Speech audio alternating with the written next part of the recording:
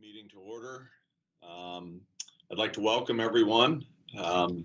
This meeting has been on the schedule for a couple months now. We do have our other meetings scheduled for October and January. Those are on our public website. So we will begin to move through our agenda here. At the end, we will have public comment opportunities.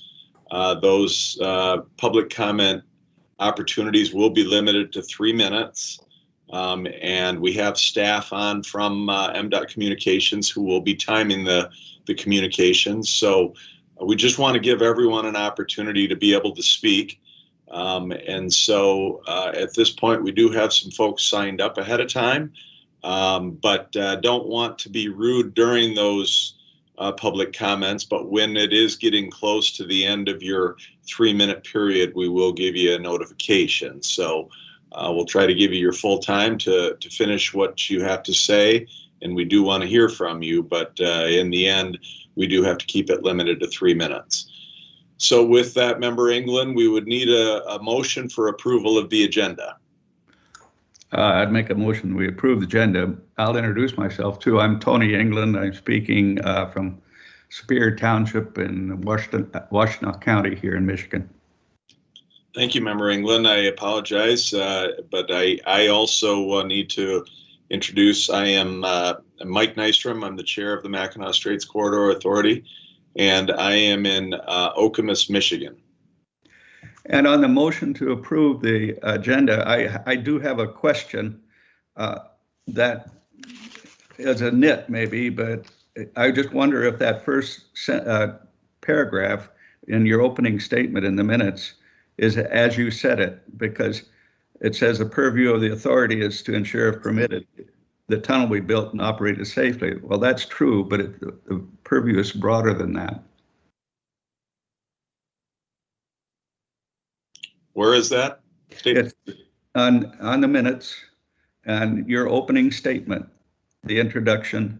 It says, the last sentence says, the purview of the authority is to ensure that, if permitted, the tunnel will be built and operated safely, which is a true statement, but not a complete one. And I thought you said more than that. I thought you said something like, and for the benefit of the people of Michigan. Okay, good point on that. Let's finish with the agenda approval just for a moment. All right, I'm sorry. I support your motion, and so with the two of us, all those in favor signify by aye of the agenda. Aye. Aye. And then on to the minutes. You're making a correction in the minutes. I agree with that, Member England, that Ryan, why don't we broaden that to the scope that's listed in the law? Design, construction.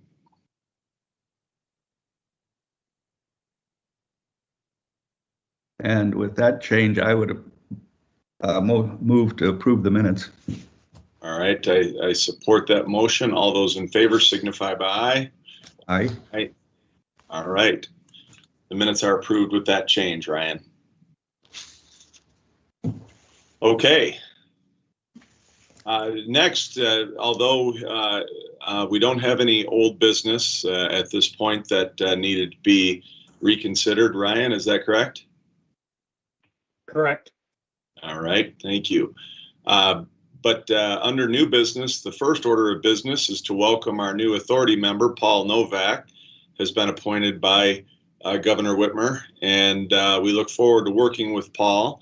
Unfortunately, Paul had business activities for today that were unavoidable, but he looks forward to joining us at our next scheduled meeting. So I know that he's enthusiastic about being involved here, and we look forward to having him.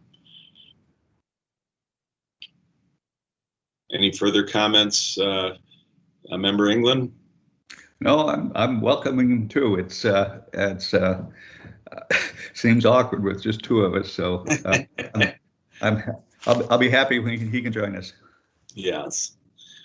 Next on the agenda is Ray Howd is going to continue representing the authority as a Special Assistant Attorney General, a SAG, which is a regular occurrence that happens within the Attorney General's office. We have seen this in other areas as well.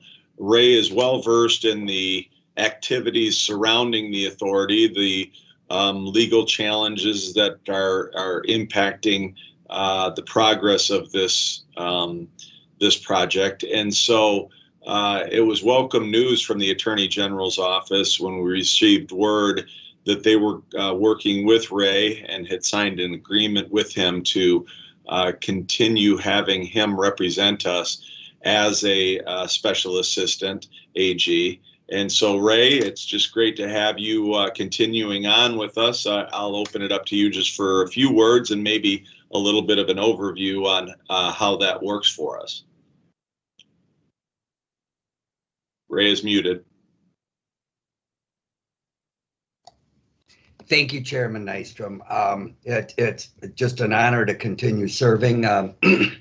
I did serve as the counsel for the MSCA since March, well, actually beginning of 2020, and really got up to speed and enjoy working here. And it just made sense that rather than have someone start from scratch, that I would continue representing the authority. Thank you. And I am participating from Hazlet, Michigan in Ingham County. Thank you, Ray. It is great to have you continuing on. There's enough challenges with the meetings like this and having them virtually and just doing things different than having a turnover in staff and our representation. So it's great to have you continuing, Ray, and congratulations on your retirement as well. Thank you.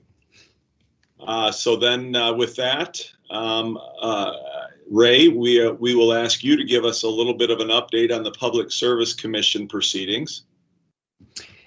Yes, in the minutes that were just approved, I updated where we stood in those PSC proceedings. Since that time, the Public Service Commission had remanded a ruling on an evidentiary hearing that Enbridge had filed, trying to better define the scope of the Public Service Commission hearing.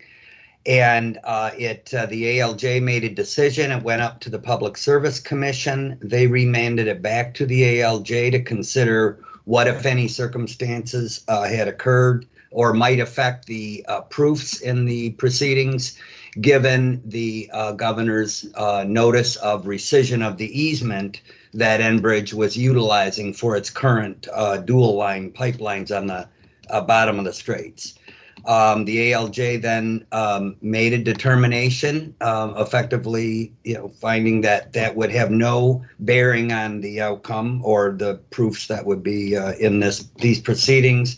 It went back up to the Public Service Commission, and on April 21st, in a lengthy 75-page opinion, the PSC, for the most part, affirmed the decision of the ALJ, but indicated that the parties were free to introduce evidence of greenhouse gases increases related to the 4-mile segment of the tunnel project. The tribal interveners, that's Bay Mills Indian Community, Grand Traverse Band of Ottawa and Chippewa Indians, Little Traverse Bands of Odawa, Nottawasapi Huron Band of the Potawatomi, they filed a joint petition for a rehearing, urging the commission to allow evidence of leaks or spills on the entire Line 5, 465 miles, and that is pending. But in the meantime, and we don't know exactly when a decision will come out on that, but in the meantime, the ALJ issued a new scheduling order that the interveners their experts' written testimony will now be due on September 14th, rebuttal on December 14th. Did I say September 14th for the written testimony?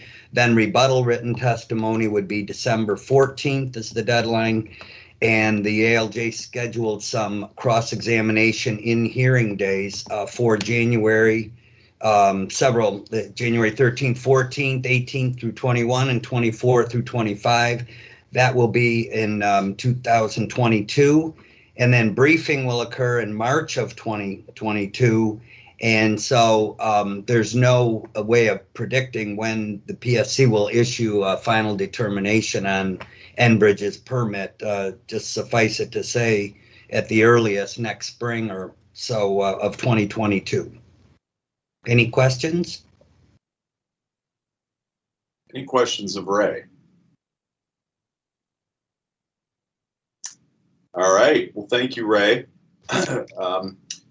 And next on our agenda, the Bay Mills president, Gravel, reached out to the authority and asked for a consultation meeting. That meeting took place. We had to be somewhat cautious, as Member England pointed out, because we have such a limited number. I participated in that meeting along with staff, our AG representative Ray Howd, and then Ryan Mitchell from MDOT, along with other MDOT staff who assisted in the meeting as well, along with some other tribal council members. It was a very open discussion, a good discussion, I felt, that we were able to share some thoughts. They shared some concerns, some ideas, and we have committed to working with them at the tribal council to move forward with some form of consultation. We're planning on presenting kind of the idea that right now the tribal council has a consultation agreement with MDOT, and we want to use that as a template for us, maybe even the guidance document for us. Obviously, our staff is primarily MDOT staff, and so right now the goal is to use that consultation agreement as a template for the council and their representatives to ask questions and give input as they see necessary to our staff at MDOT, who is helping guide us through this process. We have also welcomed them to give presentations on those points of interest from their perspective at authority meetings in the future. We will work together with the council to make sure that we set some time apart for them at the meetings to discuss issues of interest and bring them forward in a manner that aligns with our agenda. So we plan on having President Gravel at our meeting in October. That invitation has been sent, and I believe she is now available. And so we look forward to their presentation at our next meeting this fall. So with that, Ryan, Ray, I would ask if you had any points, even Amy, if you had some points that you wanted to fill in the blanks from my outline there. I think I hit all the high points, but if you had any other points that you'd like to add, feel free. Yeah, Mike, thank you, or Chairman Nystrom, rather. Good afternoon, and this is Ryan Mitchell calling from DeWitt, Michigan, Clinton County. And I think you summarized it well, Chairman Nystrom, and I would only add that as authority staff, our commitment is to comply with Executive Order 2019-17, and that outlines the law related to tribal consultation. And certainly we are committed and prepared to do that. Thank you for referencing that, Ryan. It is important that guidance is there and referred to directly. Ray, did you have anything to add? Only that while the MDOT policy that is already existent is a little broader than what the authority is charged with, its responsibilities and duties under statute. And so that I would recommend that the authority develop a policy through the tribal coordinator, MDOT's tribal coordinator, since all this would be an administrative function, and all the administrative functions of the authority are to be performed under the direction and supervision of MDOT. And I think that I would recommend a separate policy for the authority that is limited to what the authority's statutory duties and roles are. And that would incorporate the Executive Directive 2019-17, particularly the steps of the consultation process and how those will be carried out. So why don't we do this, Ray, then with that suggestion, I don't think we need to move forward with the motion yet because we aren't really looking at anything. Why don't we work towards that, because I think the timing would be very well coordinated with President Gravel's presentation on consultation and how they hope to move this forward. So the timing would align with our October meeting. Why don't you bring some suggested language forward that then we as authority members can consider and make sure it's put together in a manner that fits with what you are suggesting. And then at that time, we would make a motion to wholly support it as authority members. I think that's a good idea. I see you nodding, Member England. You agree? Yep. I agree. All right, super. Any other, Amy? I'll open it up to Amy, the tribal representative for MDOT. If Amy has any comments, we'd be happy to hear from you, Amy. Hi, thank you, Chairman Nystrom. No, I am calling in from Traverse City in Grand Traverse County, and I appreciate the opportunity. It sounds like there's a good plan of action going forward, and I'm happy to help review any of the things that Ray puts together and look forward to our conversation in October. Super. All right, Amy, thank you. Enjoy your vacation up there. Thank you for joining us during your time off. No problem. Thank you. Okay. So up next, we have members of the Enbridge team. Peter, I'll let you do the introductions and kind of guide the Enbridge presentation here, but welcome, Peter. Thank you, Chairman Nystrom and Dr. England. Appreciate being here and the invitation for Enbridge again to present. My name is Peter Holren. I am the Director of Government Relations for Enbridge, and I'm calling in today from our nation's capital, Washington, D.C. Wanted to just give a quick overview of where we are with the Great Lakes Tunnel project, its progress and status updates. Enbridge continues to view the Great Lakes Tunnel as a significant opportunity to modernize energy infrastructure, not only in Michigan, but it will have ramifications throughout the entire region. And through this modernization, we continue to address something that is a shared value between the state of Michigan and Enbridge, and that is protecting the environment and protecting the Great Lakes, which is certainly a state treasure, but also a national treasure. And while in doing so, we also have an obligation to continue to meet the energy needs of Michigan and the region, and Line 5 significantly contributes to those needs. What we've been focused on since our last meeting continues to be advancing the project forward. Those items that are under our purview and under our control, and that includes permitting, designing engineer, and also now contracting for our construction phase. Since our last meeting, we have provided you and the authority with our monthly reports that look at the milestones that are stipulated in the agreements that Enbridge and the state of Michigan entered into back in 2018.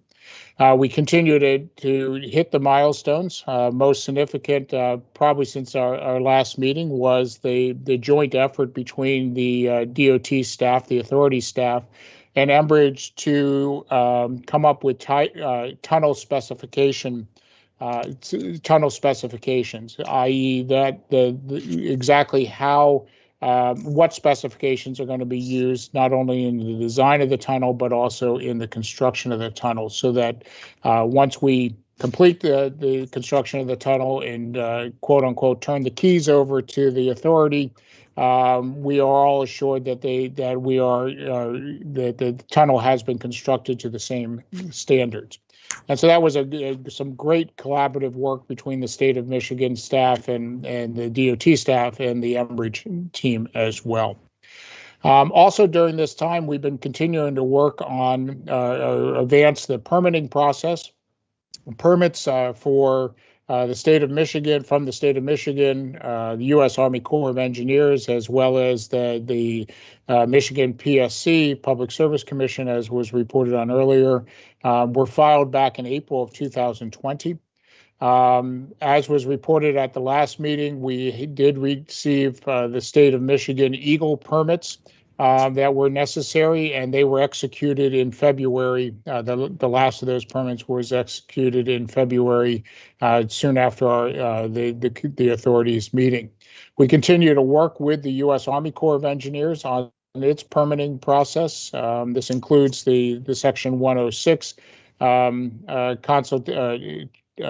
cultural and significant, tribal significant historical sites, reviews. It also includes fish and wildlife review of plant and animal species endangered in the area, and whether there will be any impacts.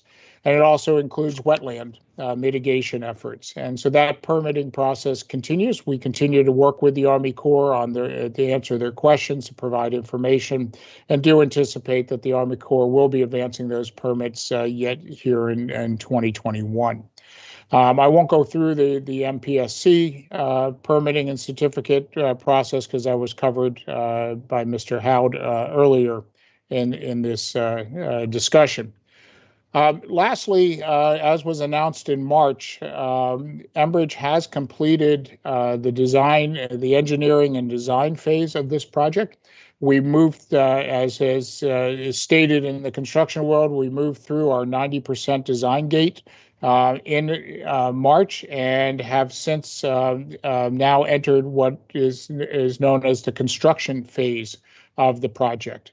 And so with the design significantly completed, we are now looking to enter into a contract with a contracting firm that will actually construct the tunnel. As the authority knows, Enbridge advanced to the authority back in mid-May a draft RFP for a general contractor. Per the agreements, the authority has an obligation to review the RFP before it goes out, making certain that it meets certain criteria that are so stated in the agreements between the state of Michigan and Enbridge. And we look forward to working with you on that review and answering questions, some of which have already come forward and have been replied to, and to be issuing that RFP in the near future, so that we can move through the process of attempting to get a contractor under contract, with a goal still of having that completed by the end of this year. So those are the significant milestones from Enbridge's perspective. I wanted to take this opportunity, Chairman Nystrom, also to introduce two individuals that have joined me here today from Enbridge. First of which is Mr. Guy Krebs. Mr. Guy Krebs is our new project director for the Great Lakes Tunnel Project. I believe, as the authority, and those that have been watching the authority proceedings know, that the original project director, Michael Bagal, he retired at the end of March after I won't even venture into the number of decades of distinguished work all around the globe. And we wish him well in his retirement, but and also welcome Mr. Krebs to the project team. And we're also joined today by Aaron Dennis, who is Enbridge's lead engineer on the project. And between the three of us, we'd be happy to answer any questions the authority may have at this time.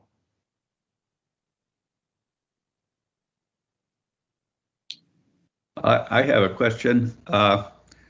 It mentions in here that you're beginning the contracting phase. I don't know whether that means that you're beginning to get estimates of what the bids might be. I know you don't have to share the numbers, but are they within the scope or your anticipated scope?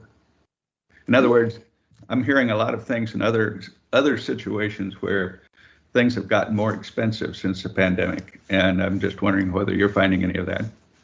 We're not quite at that stage yet, Dr. Englund. We will be issuing the RFP in the near future that will go out to the street for bids. Once the authority has had an opportunity to complete its review and concur that the RFP meets the specifications of the agreement, we will issue the RFP, and then we are anticipating quite a few firms to respond to the RFP, and we'll be much better able to answer that question or give you a feel for that where we are at once we get those bids in. Understand. Thank you. Member England, I do understand. I've started to collect straight 2x4s, similar to other people collecting cryptocurrency as a future investment. So I understand what you're saying about the increase in cost of construction. So a good question, though. Well, Peter, thanks so much for giving the report here today. Great update. It sounds like things are moving forward. You guys have been doing a great job. I get those reports on a monthly basis and appreciate those updates. I know that Member England, we all get those, and so it is good to see the progress that is moving forward. And so, Peter, if you have nothing further, we'll move on in the agenda. Thank you so much. Thank you very much. All right, up next, just to fill in, because I feel it is important, we have Dr. Mike Mooney, our representative, Member England, who is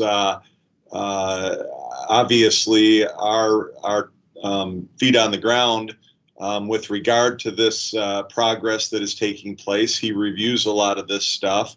Obviously, Ryan Mitchell is our MDOT engineer as well.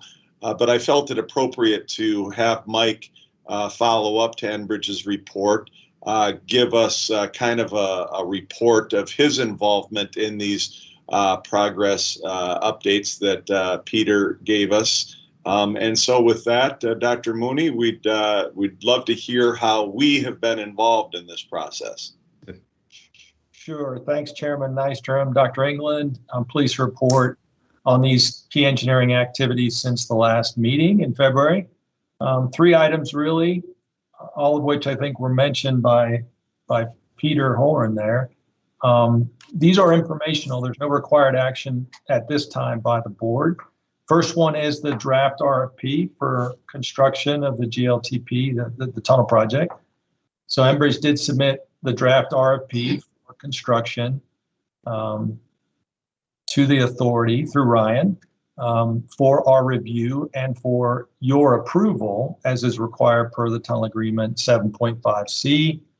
I will note that Enbridge submitted RFPs also per the agreement in 2019 for design services, and then the prior contracting approach was CMGC. So for those services, construction services associated with that, and those were in accordance with the agreement and were approved by the board.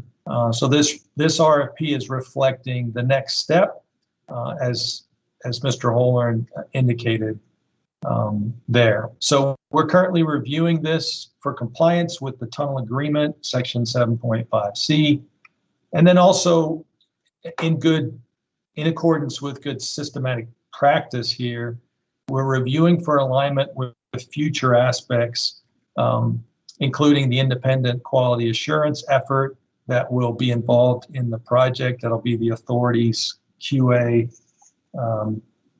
force, so to speak, on the project, and also with tunnel acceptance by the authority. And so a number of those aspects are spelled out in the RFP in terms of certificate of completion. And so it makes good sense to, at this point, just double check, even though it's not required for the agreement. I think it's in everybody's best interest that we just make sure everything's in accordance with that. 5-6 years down the road is a long time, but those aspects of completion and certificate of completion will be reflected in RFP documents. So it's good practice to get those aligned. So I envision our review of the RFP will be completed this month and then provided to the board for a recommendation will be provided to you. Okay, that's what I was just going to ask, Mike. So you'll review that, you'll bring a recommendation forward. So just so that everyone's clear, because a lot of vernacular takes place about construction and what happens. So we had an opportunity to review the design phase of it, and we approved that at one of our meetings, correct? Yes. Yes. Yeah, that's correct. Yeah. There was 2 prior RFPs. One is the design phase for the designer of record, which turned out to be Arup. And then one was for the construction manager, general contractor, pre-construction services RFP. And those 2 were both brought forward and approved. And now this is for actual construction services. Sure. And so you will continue to review the RFP that was submitted in mid-May by Enbridge. And you and Ryan and other staff as needed will review this RFP and then bring us a recommendation as an authority that we will then have to approve to move it forward. That's correct. All right, great. All right, second item then is related to this is you did approve the joint specifications back at the last meeting. So there are some minor modifications recommended or requested by Enbridge. And that sort of just goes with the process of finishing out the final issue for bid documents. So most of these are editorial. And so myself and Matt Chenoweth from MDOT are reviewing these just like we did the originally. Ryan Mitchell as well. So we should be complete with that in the next couple of weeks as well. So those 2 items, they sort of are tied at the hips, the RFP and the specification updates. You'll bring forward recommendations on both those items. That's correct. That's correct. And we have to approve the changes? Is that right, that we have to approve the changes? To the specifications? Yes. Well, that's probably a legal question. Yeah. So I'll stay out of those. Ray, if there are changes to the jointly developed specifications, I would think that we would move forward with approval to the amendments is what we would do. We've already approved the joint specifications, but we have amended them since then. And so I would think that we would want to just have a vote to approve amendments to that jointly developed specifications. I would agree with that. The authorities already approved it, and to the extent there's changes, they would similarly be required to approve an amended RFP. All right. We'll do both of those once the review is done. All right, and the third item then is Enbridge is working on a draft tenant manual for third-party utility participation in the tunnel. So this tenant manual addresses all of the engineering aspects involved with third-party utility installation and operations within the tunnel and within the the stations on the north and south shore. So this would describe design issues such as cable containment, cable support within the tunnel, all the way down to the details of anchorage locations for the concrete tunnel lining, required anchor specifications, the support anchors themselves, cable vaults on the north and south shore stations, aspects of thermal loading that and mitigation of any thermal loading that third-party utilities may create. And so this tenant manual really also lays out the operational environment of the tunnel, so explaining the tunnel service vehicle and the use of the tunnel service vehicle for third parties. So this is a work in progress by Enbridge, and they've requested authority feedback and input on that, which makes sense since the authority will accept ownership of the tunnel. So that process of a tenant manual for third-party utilities is ongoing. And I think that more broadly, the third-party utility discussions, I think, is next on the agenda, and Ryan Mitchell's going to address that. So I won't go into too much more detail other than to say that I've been participating. There's a bi-weekly meeting on third-party utilities with Enbridge, Ryan, myself, and the third-party utilities. So that effort has been moving forward quite well from my vantage point.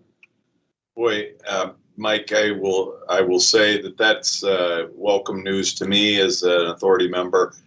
Member England, I know you asked about this question and how it was going to be designed in one of our original meetings, yes. And how we would address the needs of these third-party utilities. And so this is just great news. I agree. I wonder, have you had any inquiries from TrueStream? That's a subsidiary of Great Lakes Energy, and they're running fiber all over that area between sort of, well, I don't know, it's south of Charlevoix and all up through Mackinac City area. And that is for a public TV streaming and internet access. Yeah, Dr. England, I would probably defer that to both Ryan and maybe Peter on the authority and Enbridge's side to address the inquiries. I think this actually leads right into the next agenda. It does, yeah. That's right. That's right. It does, Member England. It's a good question. Well, Ryan, we'll just jump right to that then so that you can kind of do the agenda item as it was laid out, but also answer Member England's question. Okay, I will shift gears. I'm going to put the agenda back up so everyone can kind of stay on course there.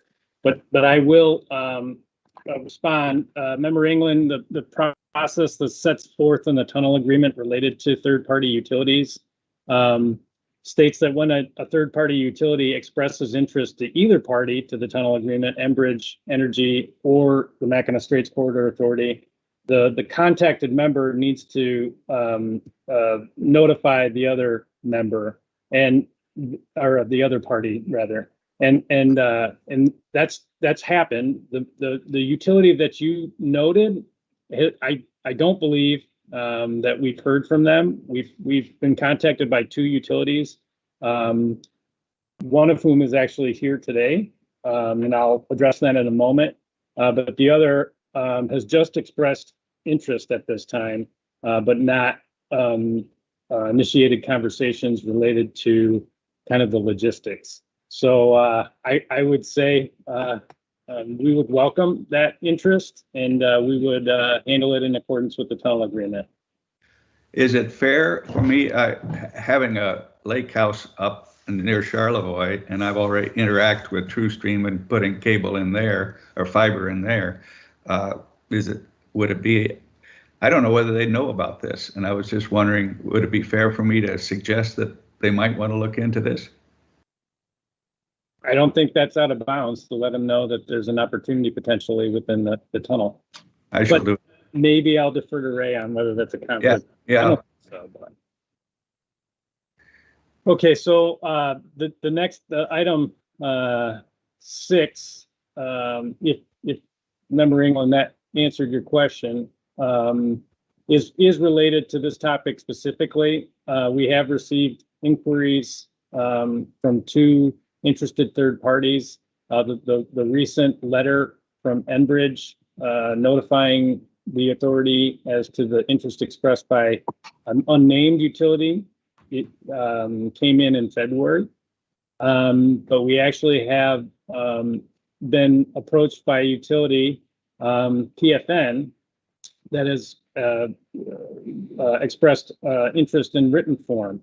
And so again, the tunnel agreement states that the authority can grant use rights to third parties, authorizing their use of the tunnel to locate their utilities, provided that it's technically and feasible and safe to do so.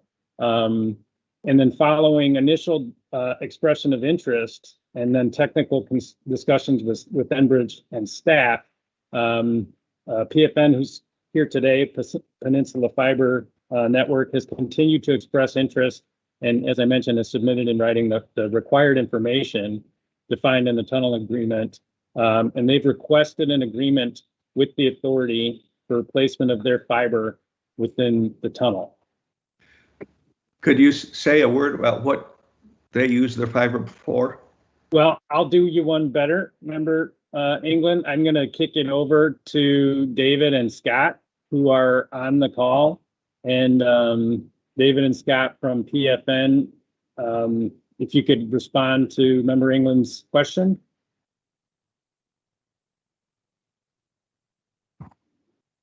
Monica, if they're muted, could you unmute them, please?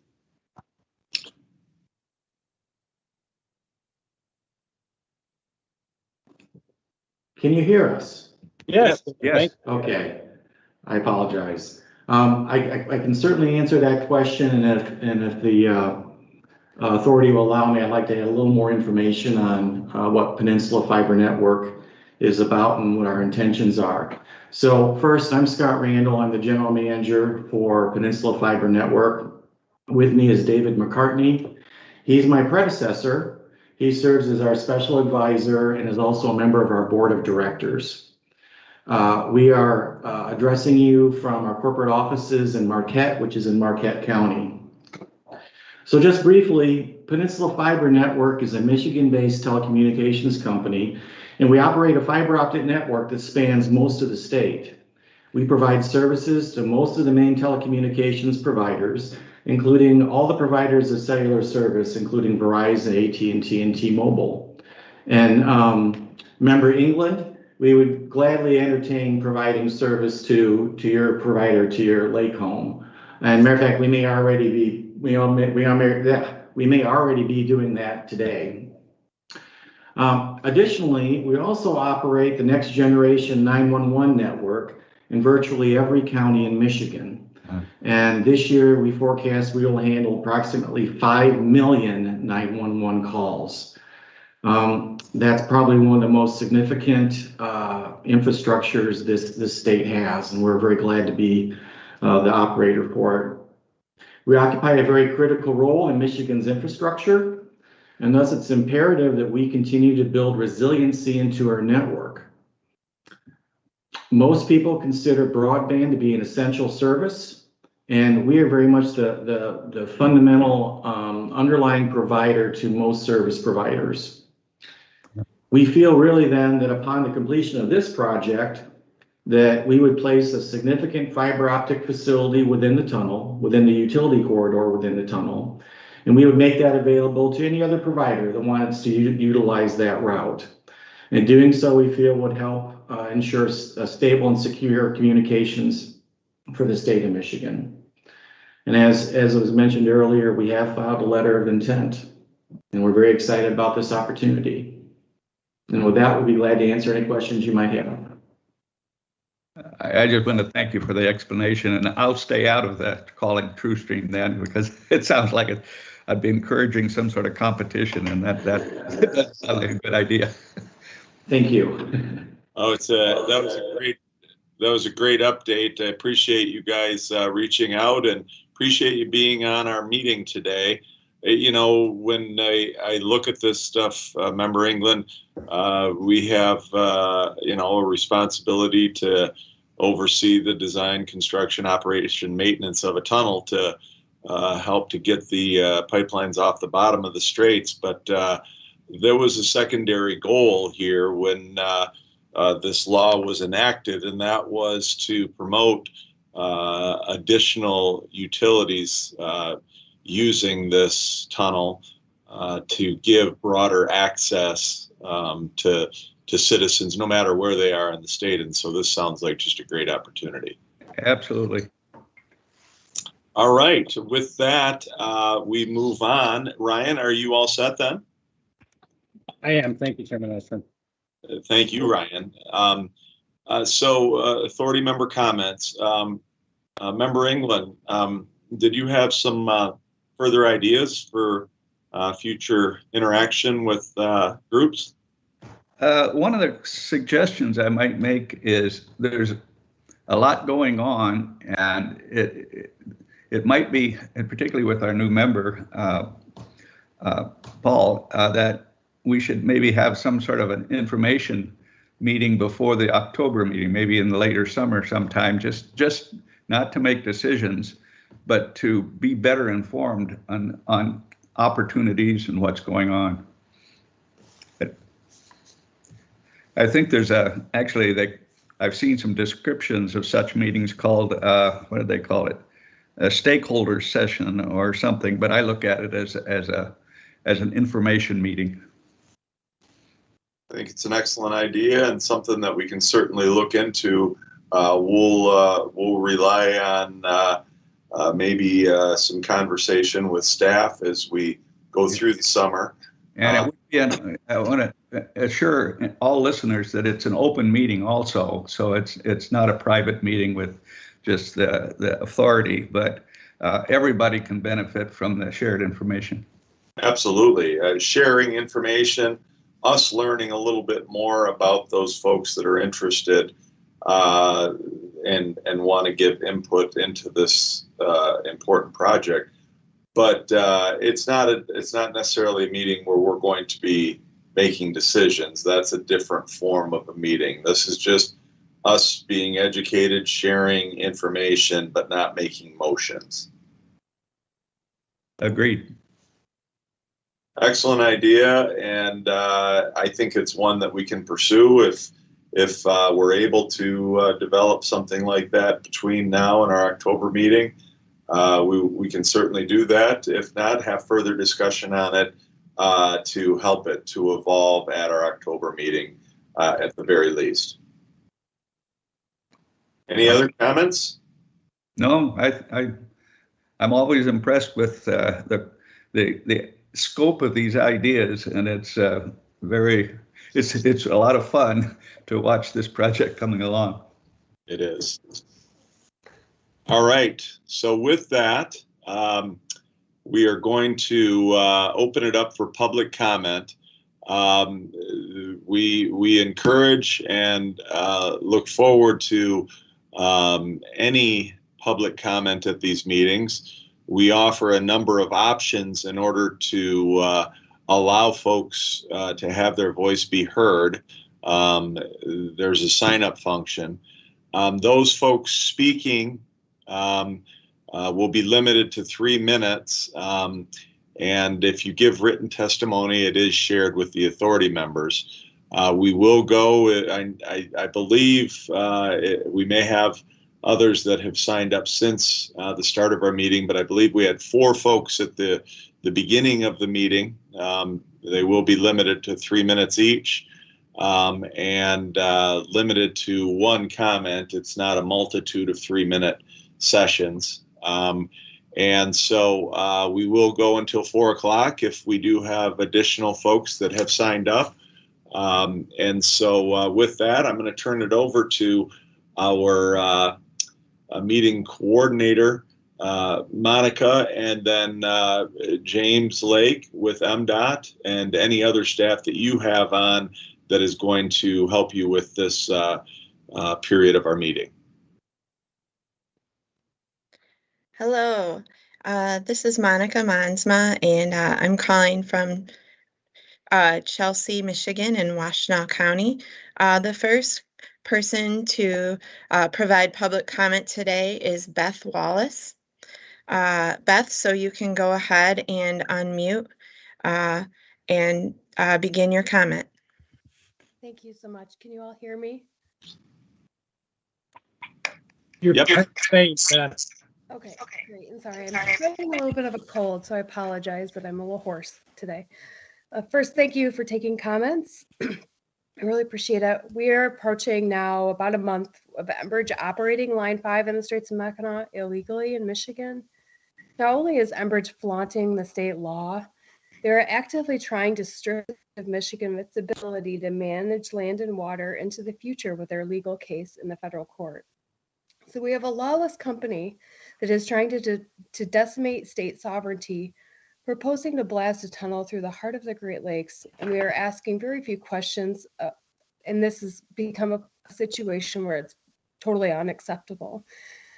A company that has time and time again proven without a doubt that they are only operating under their terms and without regard for protection of the Great Lakes. We have dozens of examples of this throughout the last 8 years where there's been misinformation and frankly lies about the integrity of their infrastructure, and we are asking them to construct more infrastructure with state liability in play.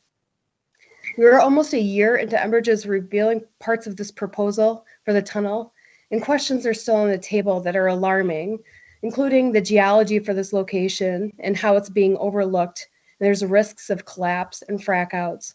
Enbridge has failed to provide a risk registry on how they plan to manage those risks. And the permitting is so segmented that no agency will actually look at this detail.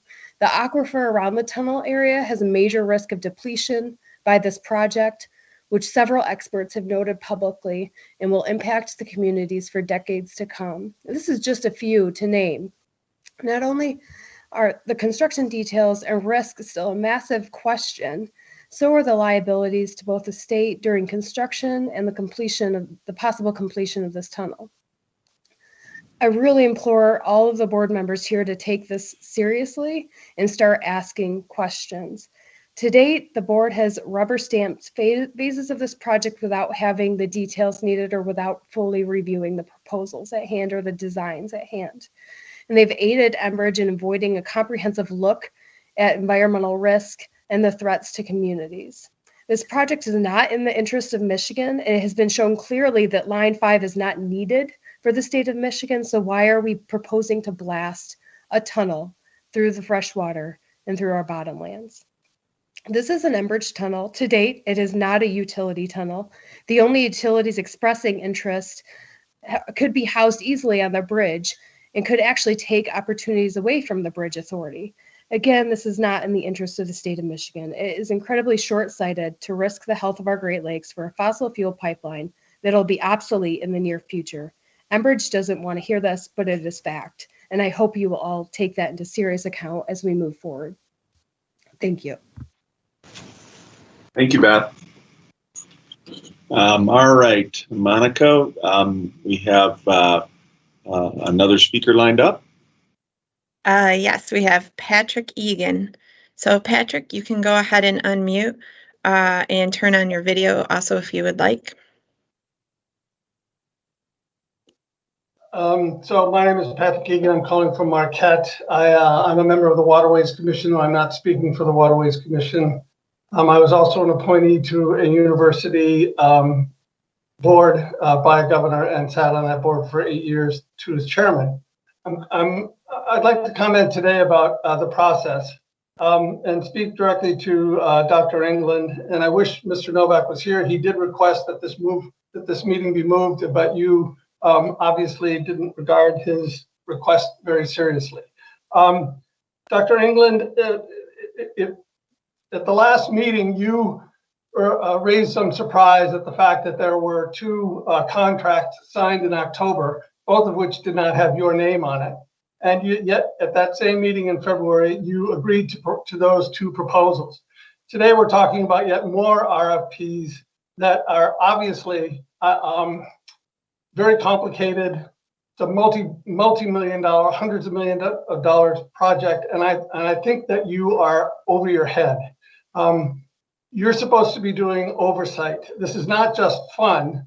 This is very serious business, and you need to keep in check Mr. Nystrom, who is a lobbyist for the Infrastructure Association of Michigan, and you need to know whether any of his members are going to be beneficiaries of the coming contracts for construction.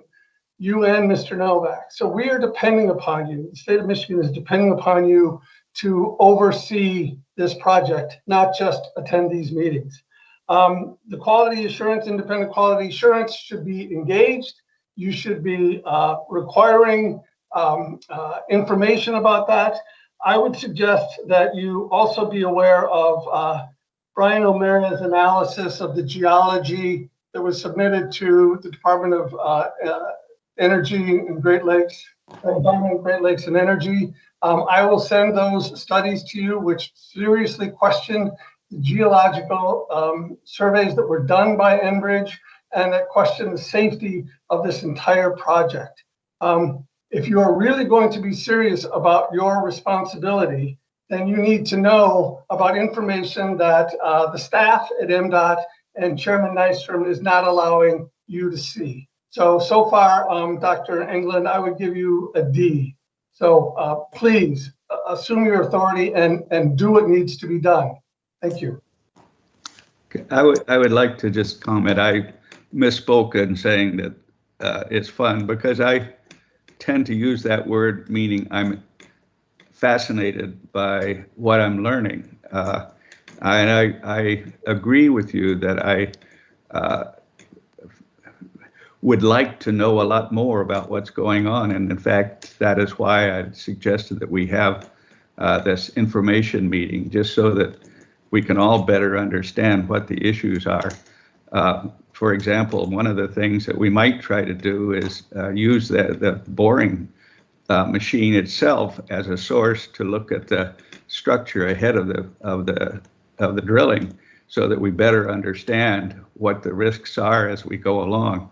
There are a lot of things that we really need to learn more about, and these meetings twice a year just are not enough to fully understand what's going on. All right, up next, Monica. Next is Barbara Stamaris, who is joining us by phone. And Barbara, if your mute or unmute button does not work, please try *6.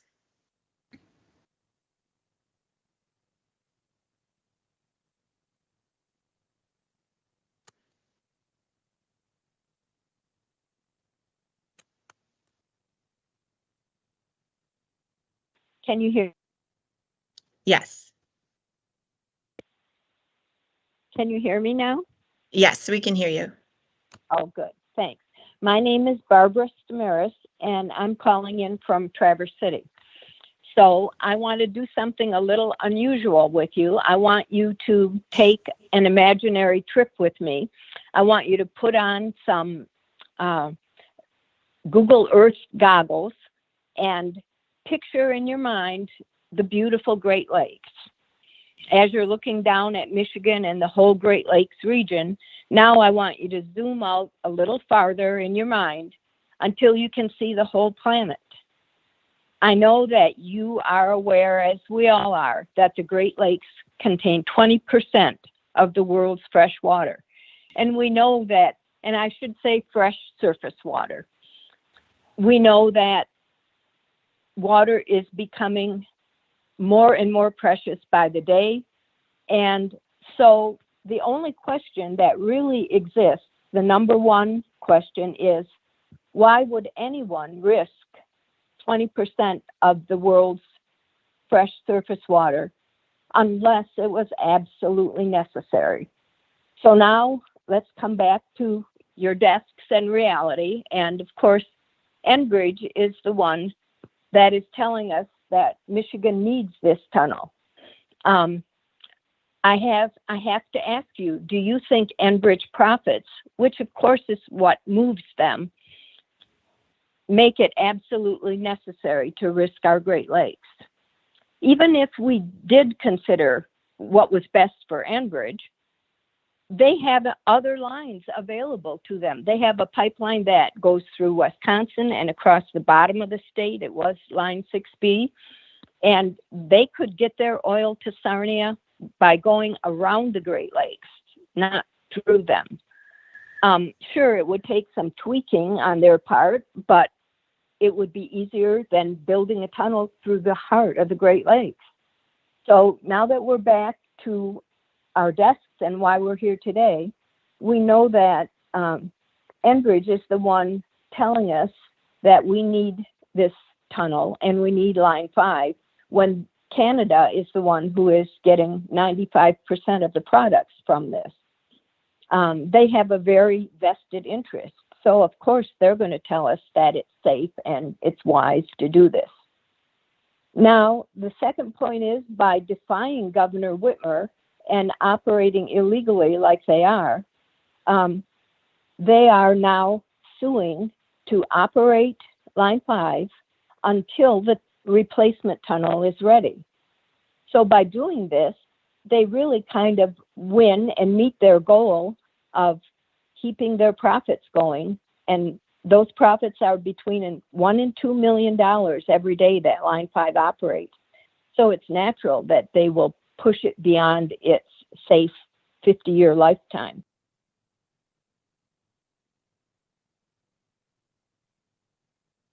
Okay, thank you.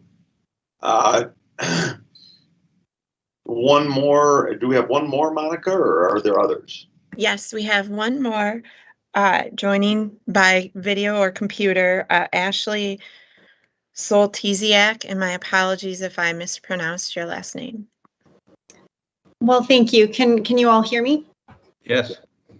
Great. My name is Ashley Sotishek, and I'm the Clean Energy Program Manager with Groundwork Center for Resilient Communities. I really appreciate the opportunity to provide a comment today on behalf of my organization, which has advocated for over 25 years for locally based solutions that help to create a clean environment, strong economy, and healthy communities across Michigan. Enbridge's proposed tunnel, which seeks to enclose their aging twin oil pipelines, aimed to reduce the risk of additional damage from further anchor strikes, is just not a viable solution. We know that the project currently remains on unsteady permitting and financial ground and is nowhere near achieving the rosy timetable which has been suggested by Enbridge. The proposed site is a pristine area home to plentiful fisheries, cultural and archaeological resources, and serves as an important source of drinking water for thousands. On top of this, the Great Lakes also supports a thriving and lucrative recreation-based tourist economy. According to 2018 economic data by Michigan Sea Grant, the Great Lakes support more than 1.3 million jobs, which generate $82 billion in wages annually across the United States. Risking our environment and economic prosperity for the benefit of one Canadian company is simply unreasonable. Plus, evidence shows that more jobs will actually be created by decommissioning and removing Line 5 than by building a tunnel. I would like to also highlight, as others have before me today, that Enbridge is now operating illegally in the Straits of Mackinac as of May 13th. The revocation and termination order was issued by Governor Whitmer well over 180 days ago, which gave ample notice to Enbridge and other parties to make necessary arrangements in preparation of the decommissioning of Line 5.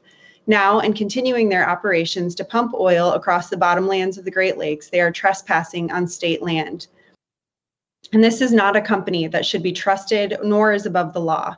Enbridge has an extremely poor track record in the state of Michigan, including numerous incurable violations cited in the revocation order, along with a reported 1.1 million gallons spilled by Line 5 in the past 50 years, according to the Federal Pipeline Hazardous Materials and Safety Administration, PHMSA.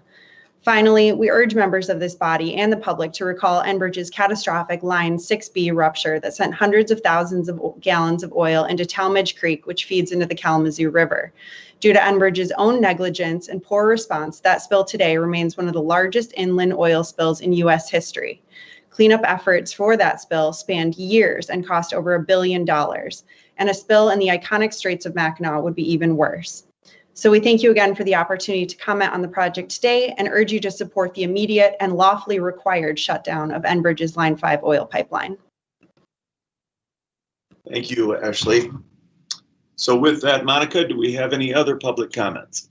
There are no other public comments. All right, we appreciate all of you coming forward with your public comments. I'd like to just follow up so that we're all clear on these. They are not question and answer periods for authority members, so that is why there is little response. We appreciate your comments, and we'll take them under consideration just like we do all comments. And with that, Brian, are we finished with our business then? And let's announce the next meeting date. Yes, Chairman Nystrom, the only other item is adjournment. But to your question, as you mentioned earlier, on the MSCA website within MDOT's website, the future meeting date that is currently scheduled is October 13th of 2021. And there's other information available there for the public and any interested parties to pull down and review. And we'll also, of course, be posting the now as amended approved minutes from the previous meeting following this meeting, and then the draft minutes from this meeting within the requirements of OMA. All right. Super. Well, thank you very much. I guess we're hopeful that at some point in the near future, we'll be able to have these meetings in person. But